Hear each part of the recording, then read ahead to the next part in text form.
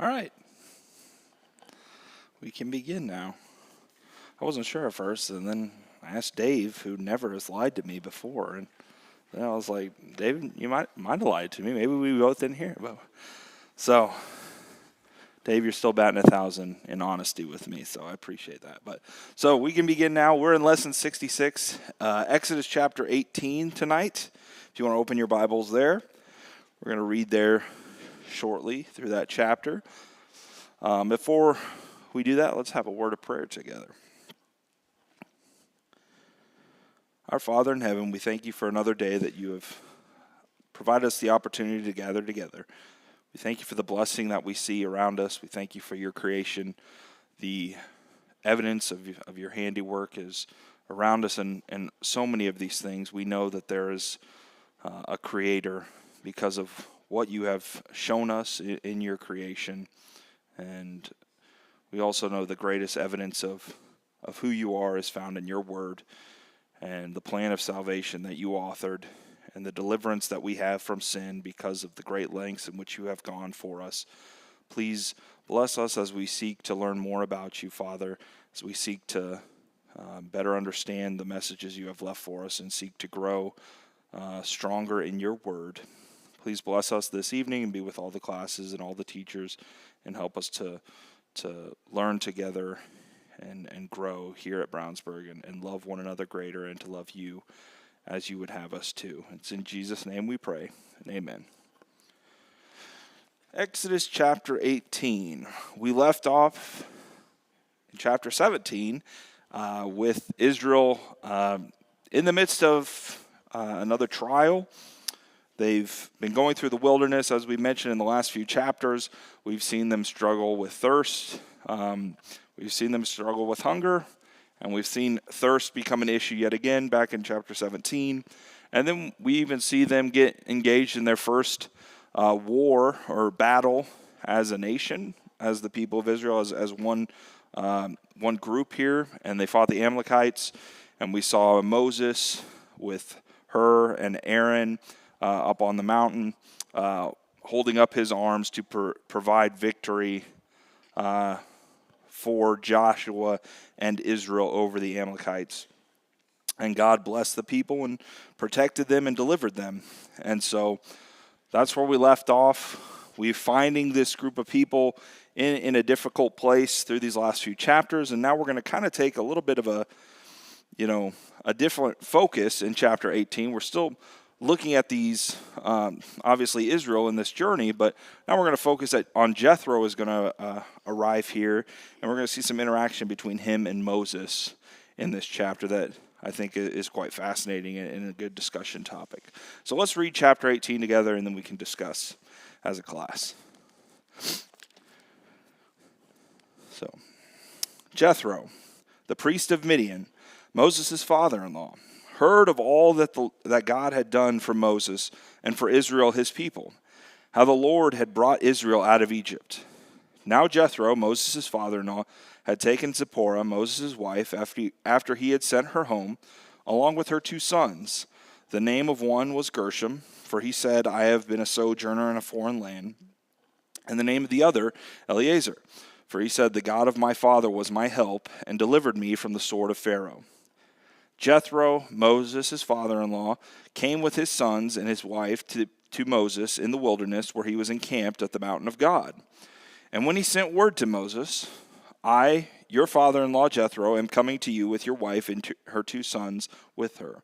Moses went out to meet his father-in-law and bowed down and kissed him, and they asked each other of their welfare and went into the tent. Then Moses told his father-in-law all that the Lord had done to Pharaoh and to the Egyptians for Israel's sake, all the hardship that had come upon them in the way, and how the Lord had delivered them. And Jethro rejoiced for all the good that the Lord had done to Israel, in that he had delivered them out of the hand of the Egyptians. Jethro said, Blessed be the Lord, who has delivered you out of the hand of the Egyptians and out of the hand of Pharaoh, and has delivered the people from under the hand of the Egyptians. Now I know that the Lord is greater than all gods, because in this affair they dealt arrogantly with the people. And Jethro, Moses' father-in-law, brought a burnt offering and sacrifices to God. And Aaron came with all the elders of Israel to eat bread with Moses' father-in-law, before God. The next day Moses sat to judge the people, and the people stood around Moses from morning till evening. When Moses' father-in-law saw all that he was doing for the people, he said, "What is this that you are doing for the people? Why do you sit alone and all the people stand around you from morning till evening?" And Moses said to his father-in-law, "Because the people have come to me to inquire of God. When they have a dispute, they come to me, and I decide between one person and another, and I make them know the statutes of God and his laws." Moses' father-in-law said to him, "What you are doing is not good. You and the people with you will certainly wear yourselves out, for this thing is too heavy for you. You are not able to do it alone. Now obey my voice. I will give you advice, and God be with you. You shall represent the people before God and bring their cases to God. And you shall warn them against the statutes and the laws, and make them know the way in which they must walk and what they must do. Moreover, look for able men from all the people, men who fear God, who are trustworthy and hate a bribe, and place such men over the people as chiefs of thousands, of hundreds, of fifties, and of tens. And let them judge the people at all times. Every great matter they shall bring to you, but any small matter they shall decide themselves. So it will be easier for you, and they will bear the burden with you. If you do this, God will direct you. You will be able to endure, and all this people also will go to their place in peace." So Moses listened to the voice of his father-in-law and did all that he said. Moses chose able men out of all of Israel and made them heads over the people, chiefs of thousands, and of hundreds, of fifties, and of tens. And they judged the people at all times. Any hard case they brought to Moses, but any small matter they decided among themselves. Then Moses let his father-in-law depart, and he went away to his own country. So that's chapter 18 of Exodus. So, while still in the midst of this same story and this journey that we're on together with the people of Israel, we have this kind of, break in the action a little bit from just focusing on kind of the response of the people in the midst of their trial through the wilderness. And now we kind of focus a little bit more just on this personal relationship between Jethro and Moses. And I don't know about you guys, but I don't think I've ever read the term father-in-law so much before in one passage. In case you forgot, Jethro is Moses' father-in-law.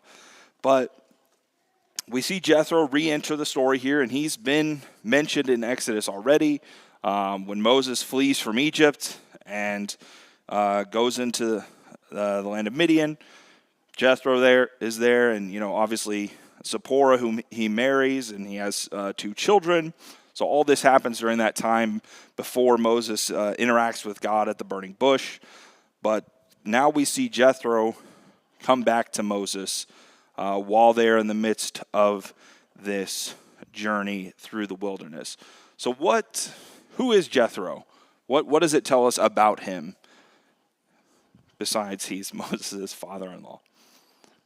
What else do we know about Jethro? Priest of Midian, okay? So he is clearly in a position of authority, right? And I think what we see from him in this chapter shows that he has experience. He's obviously known Moses for a good number of years, those 40 years that Moses was away from Egypt. And so kind of a special situation for someone who knows Moses well, but also is familiar with, being in a position of authority and having to manage people and so forth. So kind of all set up there just by that early phrase and, who Jethro is and what his role has been. Why does he come to Moses and the people out in the wilderness? What does it say? What's the point of him going out to meet him?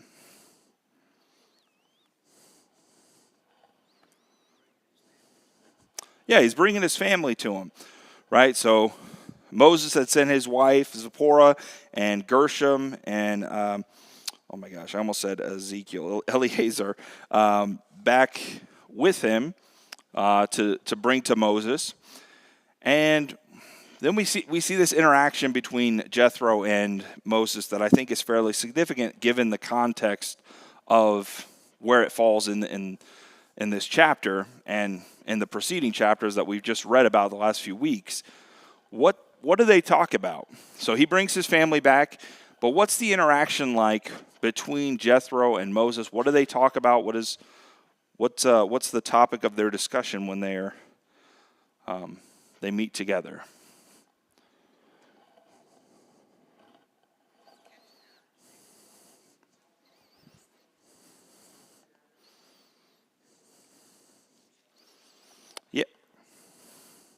Yep. So, curious what's going on, and what does Moses fill him in on, Dad?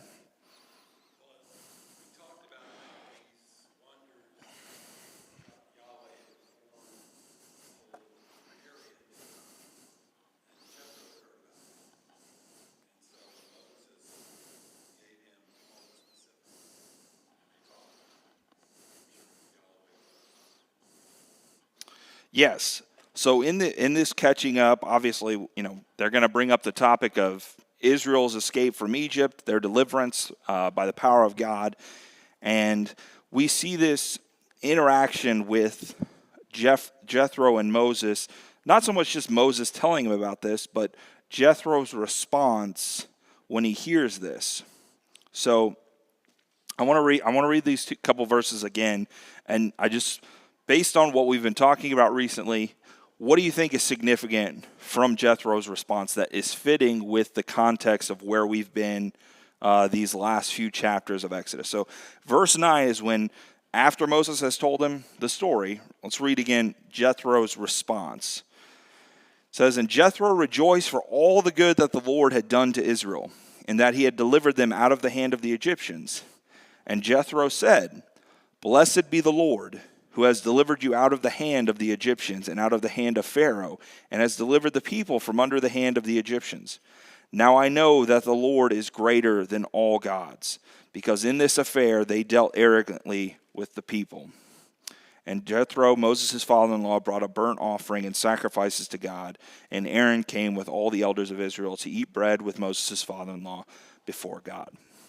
So, what is significant about Jethro's response in this? Go ahead, John.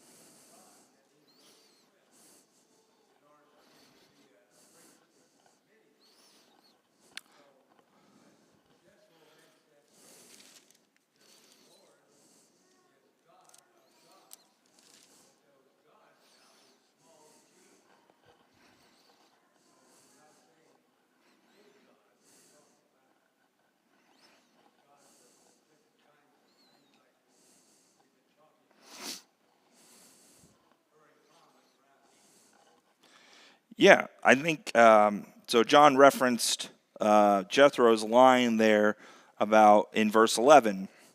Now I know that the Lord is greater than all gods. Why? Because in this affair they dealt arrogantly with the people. So Jethro, I think, is talking out his, just his inner thoughts as he's hearing of what's happened. What he's heard from beforehand through, the messages spread throughout the people, and then also, he does sit down and get the firsthand account from Moses. So the tinier details and interactions that maybe didn't reach the front page news, like he also heard all of that as well. And this is his response to it. So he says, now I know. Now, he knows that God is the God above all other gods. But what is this? Why is that significant given where we're at right now?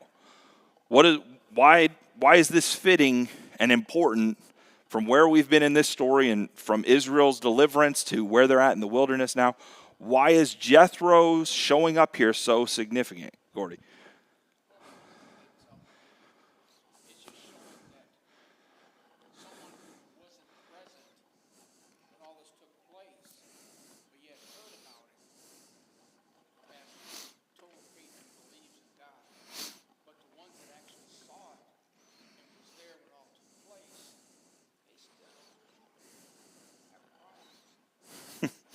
Yeah. Yeah, it's very well said. So Gordy mentioned just he's coming in here fresher with fresher eyes to the situation. He's hearing about it as a bystander, hearing it through the grapevine, and then he gets the firsthand account, and this is his reaction compared to, right, Israel, who's been in this. They've seen it all. They've been, eyewitnesses to this account. And we've talked about this progression over the last few chapters, right, of how they went from chapter 15 where it's just like, let's do this, the song of Moses and the people by the sea, and God, you are above all other gods, and the rest of the nations are shaking in their boots, and they're terrified, and you'll deliver us from any enemy, and you're delivering us to this forever homestead that we're longing to go to. And then we've seen the last few chapters that has wavered, right? We've seen them whine and fear and complain, and even to the point where, they've been saying, better that we would have, gone back to Egypt. And then the last chapter, kind of the most insulting thing of, are you even with us, God? Are you even with us anymore? Right? Have you abandoned us? Did you bring us out here just to leave us high and dry? So this people who's been amongst this journey, like amongst the crowd, their mind is in one place. And while it's hard to know how much time has passed here, and I saw some references saying, it does mention them being near the mountain of God. Like, did this take place, later after they had received the law and so forth? And for the message that this is at least giving, it doesn't matter. Like, I'd have to do more study to get a stronger opinion on that of like when I think exactly it happened. But the message is still the same of Jethro coming in here from the outside, looking in, and he's bringing his perspective of he hears the message. He's seeing, through the words of Moses and through what he's heard of, he's getting his own vision of this great deliverance. And this is how he responds. Blessed be the Lord. This God is greater than all other gods, right? And it was John mentioned, he's a priest of Midian, right? So he's learning new things. He's getting revealed about God just as much, if not more so, compared to the Israelites. And we've talked about over and over again the theme of you're going to know who the Lord is, like God revealing who he is. And I think it's a wonderful message of Jethro. This is how he learns who God is. I think we also get a little bit of insight and all these other characters in the world, right? Because Israel is not the entirety of the population of the world, right?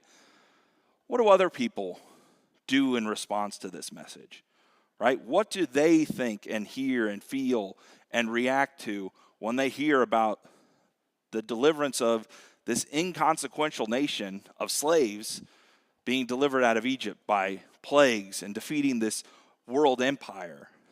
How did other people respond? Now, sure, Jethro clearly has a lot of characteristics, even in the meanings of his name, that kind of tend us to believe that, he's made of good character. But I like to believe from reading this that characters that we never meet, people that we never interact with, heard this same story, heard of what God did, and I believe that in my heart of hearts that people were changed by it. Even if we don't get a book, chapter, and verse dedicated to them. And I think it's the beautiful part of what they sang about, and I know we've referenced the song a lot. That's what they were singing about more so in the, the trembling and the fear of other nations, but in the positive ways too. God let other nations know who he was and, how those people chose to serve God or, how God accepted their worship to him. I leave that up to, God, but I believe other people learned who God was through this deliverance. I believe other people believe that this God is above other gods. And I think that was part of God's message too, is not just Israel, not just Egypt, but these people that hear about this story, they will know that this God is over the gods of Egypt, over Pharaoh, over any other god. And I believe that's all part of the message as well. Go ahead, John.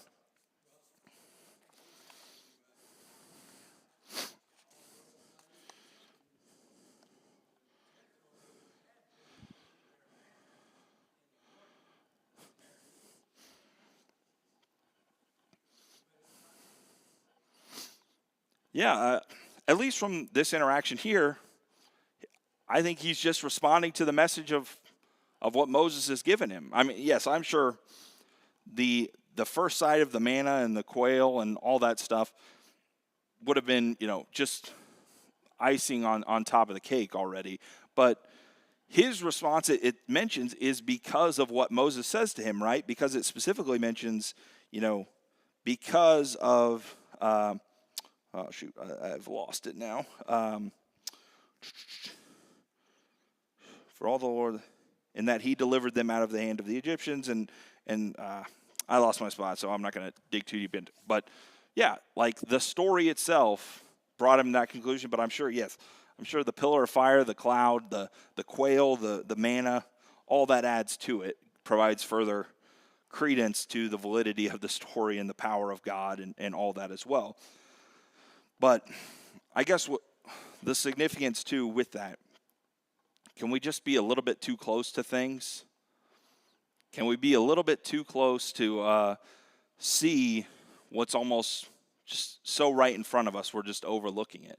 And I know we talked about this a little bit either last class or a few classes ago about, creation, right? Or just the many blessings that we tried, and, as Tyler's been talking, to be re-enchanted by, not even just creation, but Scripture itself, right? We've been, had it such easy access to it.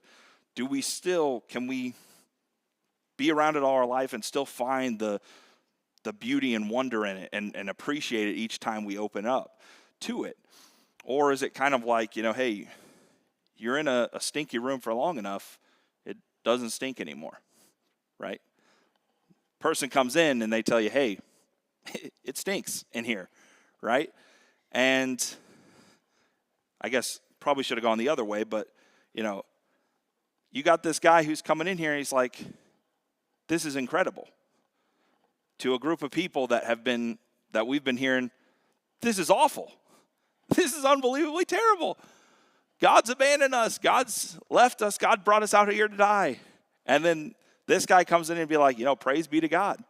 Praise be to God for his deliverance of the people and what he's done and brought you out of the land of Egypt and over the hand of Pharaoh and all this stuff. That it's like those truths they jumped away, right? They vanished. They were so quick to flee from the mind when the first struggles and the first difficulties seemed to pop up, that those acts of deliverance just faded away, right? And so you have this outsider brought in as a reminder as we read this of, yes, God is delivering you. God has delivered you. God has continued to deliver you, right? And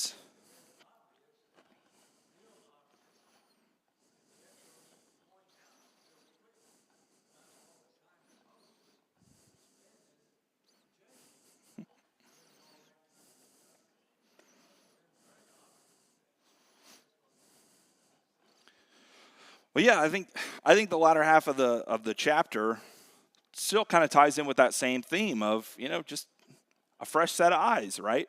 Fresh set of eyes, fresh set of ears, bringing in here to bring about some needed change or needed perspective, right? So really, especially perspective here at the start of chapter 18, for the people to see the appreciation and the blessings that they've received from God. But then, John brings up the latter half of the chapter where, he's there, he's with the people, he's observing Moses, he's observing the interactions with the people. What is Moses, we haven't really seen this until now. What are some of the daily interactions Moses has with the people during their time in the wilderness? What's he do during the day?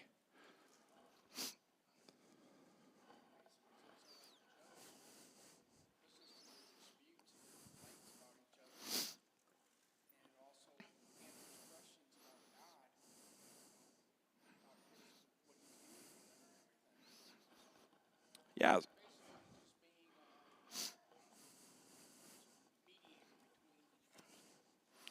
Yes, absolutely. People are coming to him for knowledge, for answers, inquiring of God.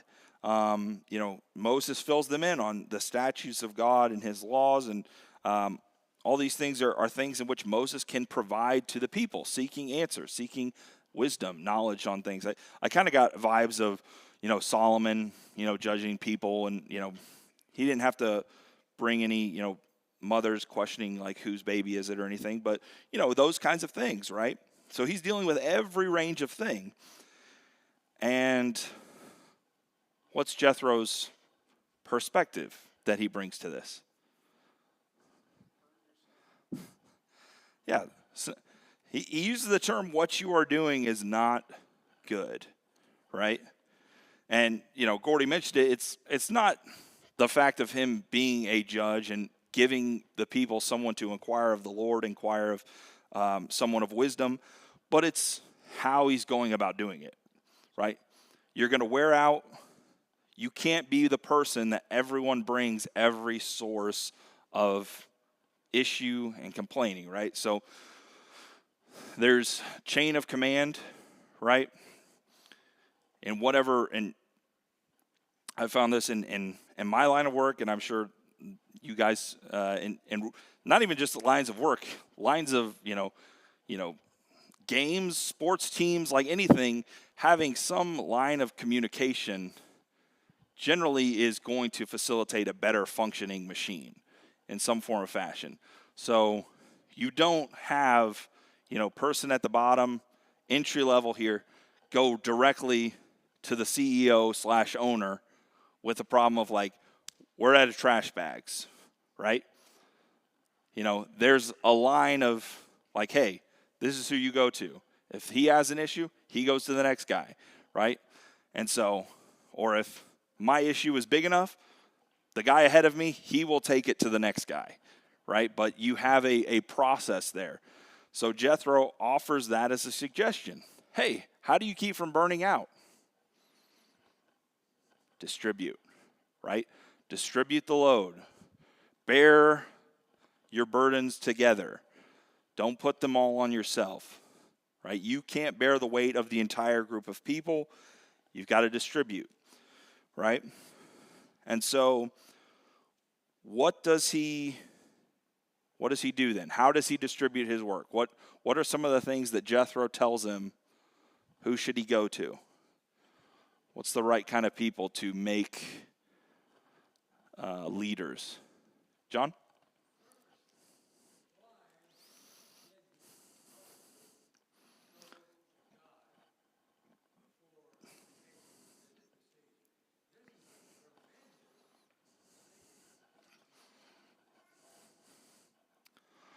I did think about that, and part of me thinks that,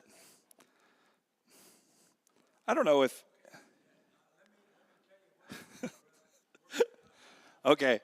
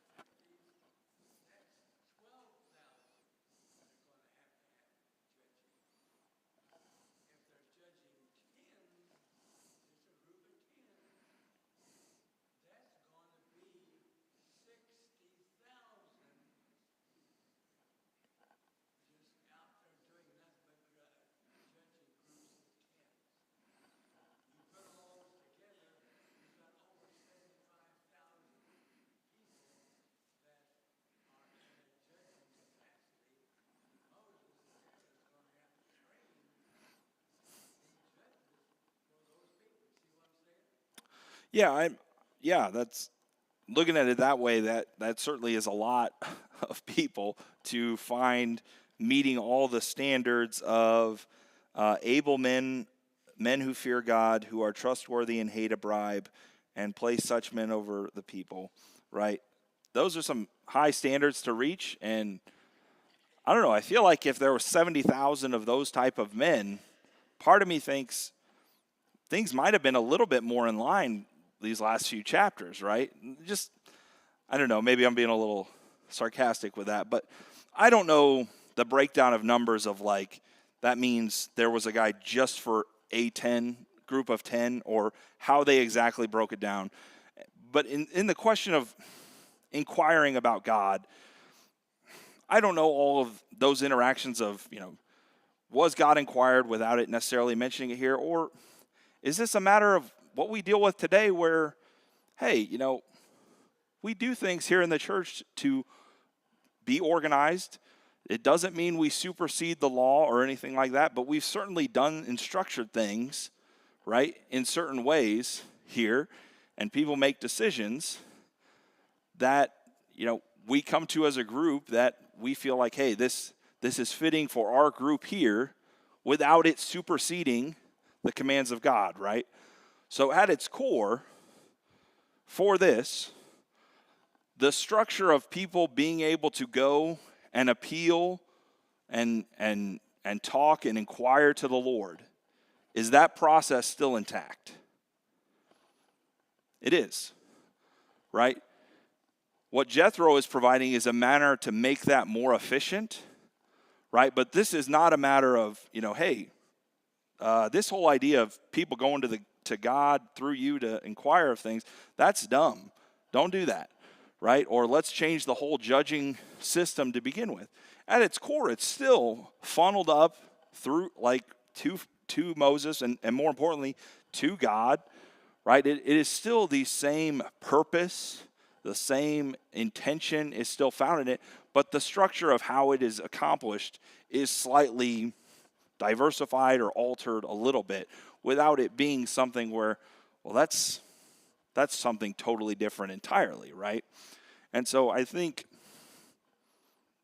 while we do have interactions here of, we see the pillar, we see the manna, we see the quail, I believe these are still people living daily lives without every interaction of every single thing they do just being like, voice from heaven, don't do that. Okay, right? Like, and I think part of that's hard to get my mind around in the sense of like, when I see them struggling with some of these temptations, I'm just like, well, God could just tell them to stop right then and there and don't do that and stop doing that and don't do this and, start doing this. But these are still people living out daily lives, right? Going through trials, right? Not every one of them, are just hearing God inform them of what to do, right? There is still some trickle-down effect, but they are still, while they still are close to the presence of God, God is among them, right? It is still a daily actual living that they are going through in the wilderness. And so, like, I take this as one of those unique examples of, this is two guys talking about how to better organize things, right? It's not about disregarding God's authority or, God having to give the sign off on this, but that's how I took it. Anybody else have any other, alternative thoughts on that?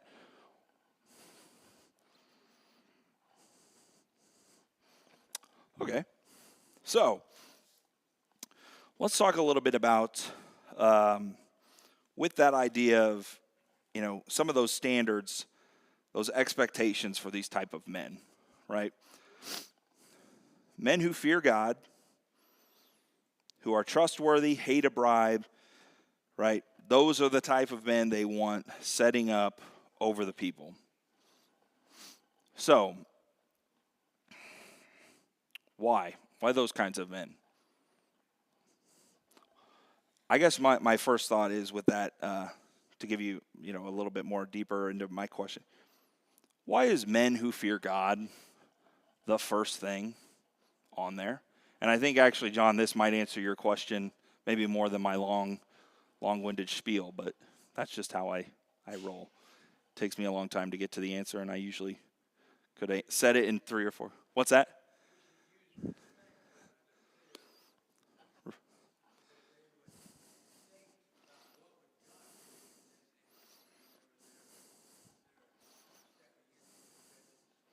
Okay, so certainly with that is a level of respect for God. Somebody else had their hand up. Yeah, go ahead, Randy.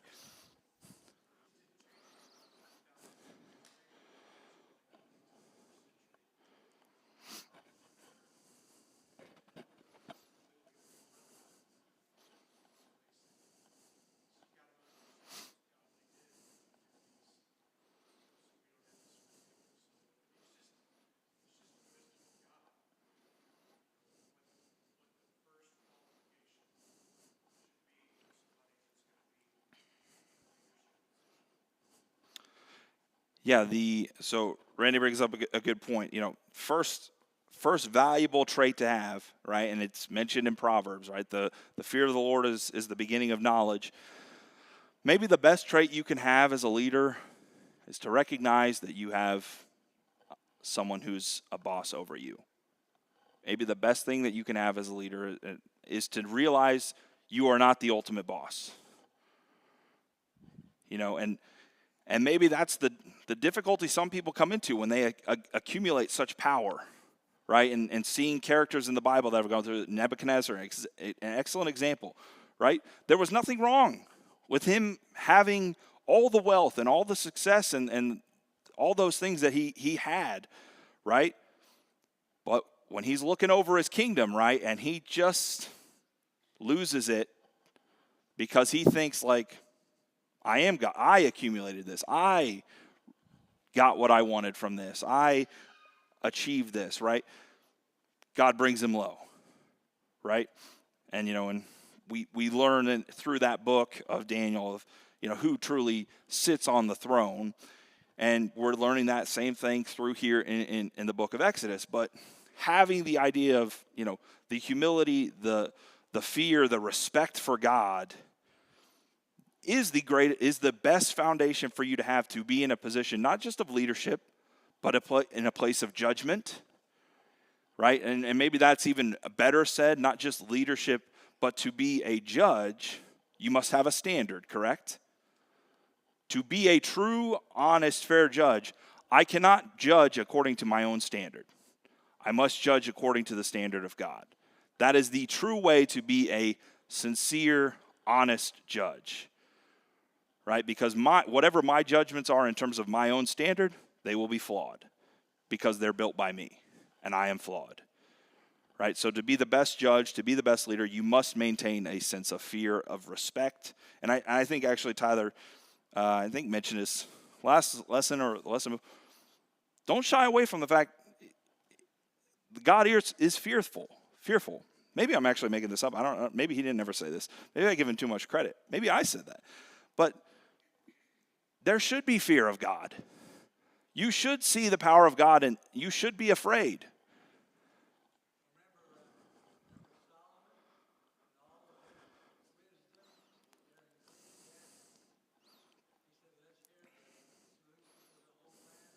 Yeah. This is the whole. Absolutely.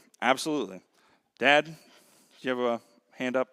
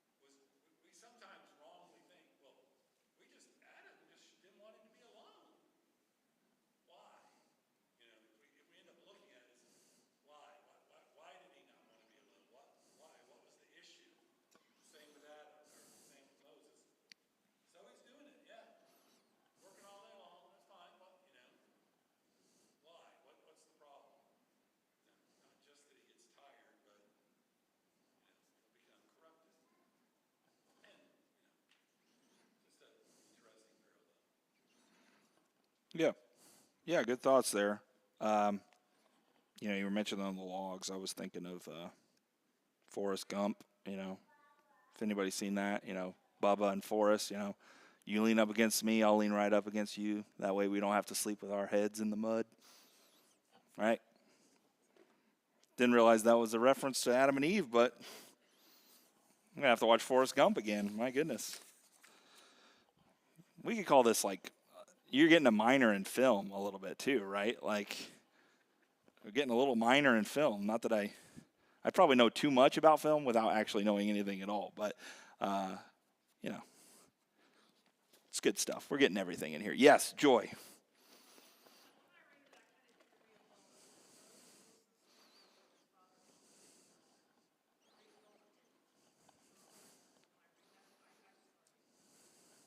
Yeah, yeah, definitely a significant thing of just Moses listens to him, right? Moses listens to what, and it says, did all that he suggested, right? And it was good. It was good for him to listen to him. And Jethro was, we talked about the first half, was a blessing for him to be there to state this, right? To remind the people, hey, wow, blessed be the Lord who has delivered you, this God greater than all other gods, right? Saying the thing that has now seemed to go unsaid or forgotten by these people. He says it. And now, focusing on Moses, Dad mentioned, what this would lead to eventually, the corruption, the fading away, which, when it talks about, wear yourselves out, that withering, that fading, that kind of, dissipating or whatever. And, Joy mentions at the end, though, like Moses had to accept that instruction, and he does. And we certainly see with Rehoboam that Joy mentioned, he doesn't, or he seeks instruction from less valued instructors, right? And so, which do him no good and lead to the tearing away of the kingdom. So, how do we want to finish this off here? We've got a couple of other references I thought I'd mention here, just since Jethro kind of pops in and then pops out by the end of the chapter. I didn't know if anybody else noticed this, but he's referred to as Reuel in Exodus chapter 2, which, if you don't know, that means friend of God, right? Jethro, his name means his excellence or abundance. And then I believe he's mentioned by another name, or possibly his son. It could be his son's name, but refers to the name is like beloved, means beloved. So a couple various names given to him that I thought was interesting. It does mention he's from the Midianites, which descended from Abraham, from his second wife, from Genesis chapter 25. So Jethro and Moses are related, distantly, which is kind of interesting there. So he's of distant relation to Moses through that. And we've talked about it, like kind of the beauty, and we talk a lot about Rahab in this sense of, in a lot of ways, I think there's some parallels there with Rahab of just, she heard, when the spies came in, she had heard of what this moving nation had been doing and the God who had been conquering these other kingdoms. And, she responded accordingly.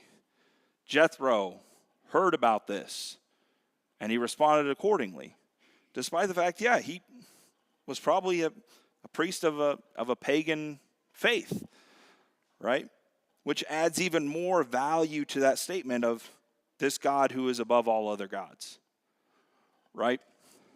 And so to think about in those times, the amazing thing of God's ability to transform people's lives, right?